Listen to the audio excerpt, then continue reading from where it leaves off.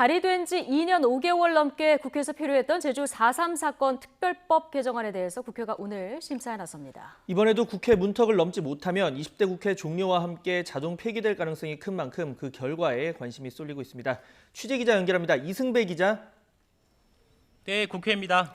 네, 제주 4.3 특별법 개정안 2년 넘게 지금 표류하고 있는데 지금 어떻게 가는 겁니까?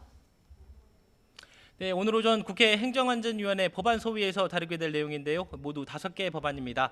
제주 4.3 사건의 희생자와 유족에 대한 배상과 보상, 군사재판 무효화, 그리고 추가 진상조사 등이 주요 내용입니다. 이 법안은 20대 국회 초반인 지난 2017년 12월에 발의가 됐는데요. 지금까지 2년 5개월이 넘도록 국회에 계류 중입니다.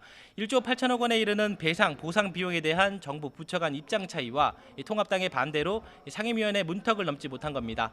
다른 법안과 마찬가지로 이 개정안 역시 20대 국회가 종료되는 오는 29일까지 처리되지 못하면 자동 폐기됩니다. 이 때문에 제주를 지역구로 둔 현역 의원과 21대 총선 당선자들 그리고 문재인 대통령도 정치권과 국회에 이 법안에 대해 관심과 지원을 당부한 만큼 이번에는 문턱을 넘을 수 있을지 관심이 쏠리고 있습니다. 제주 4.3 특별법 개정안과 더불어서 과거사법도 관심인데요. 통합당 김무성 의원의 중재로 본회의에서 수정안을 올리기로 여야 간사가 협의를 했지만 통합당 측이 신임 지도부와 논의를 거쳐야 한다는 입장이어서 아직은 통과를 확신할 수는 없습니다.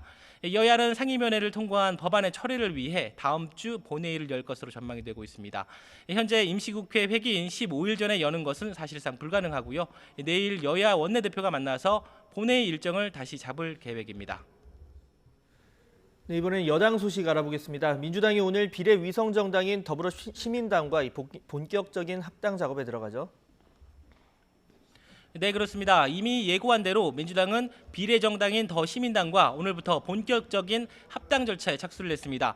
오전 10시에 당 중앙위원회 회의를 열고 합당권에 대한 온라인 투표를 시작을 했습니다. 오후 1시 반쯤이면 최종 투표가 완료가 되는데 내일 시민당 최고위원들과 함께 수임기관 합동회의 의결을 거치면 모든 절차가 완료됩니다. 민주당은 앞서 지난 8일 권리당원 투표에서 84% 찬성으로 합당을 결정했고 이에 따른 후속 조치라고 보면 됩니다.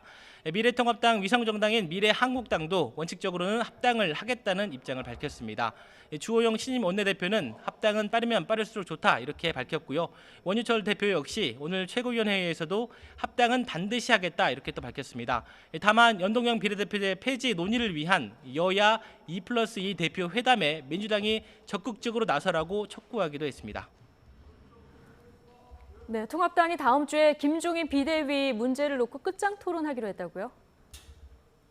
예, 그렇습니다. 이 통합당은 김종인 전 선대위원장을 비대위원장으로 추인을 하긴 했지만 현재로선 기간이 8월 말까지로 조건이 걸린 상태입니다. 김 전 위원장은 무기한 전권을 달라고 요구하면서 비대위원장직에 오르는 것을 거부했는데요. 통합당 신임 지도부가 더는 시간을 끌어서는 안 된다면서 다음 주 초에 당선자 끝장 토론을 열겠다고 밝혔습니다. 김성원 신임 원내수석 부대표는 오늘 YTN과의 통화에서 빠르면 19일부터 이틀에 걸쳐서 국회에서 당선자 총회 겸 연찬회를 열 생각이라고 밝혔습니다. 김종인 비대위원장의 적격성에서부터 비대위의 임기에 대한 논의까지 주제와 시간 제한 없이 토론을 벌여서 이번을 마지막으로 지도 체제에 대한 결정을 마무리할 생각입니다. 지금까지 국회에서 YTN 이승배입니다.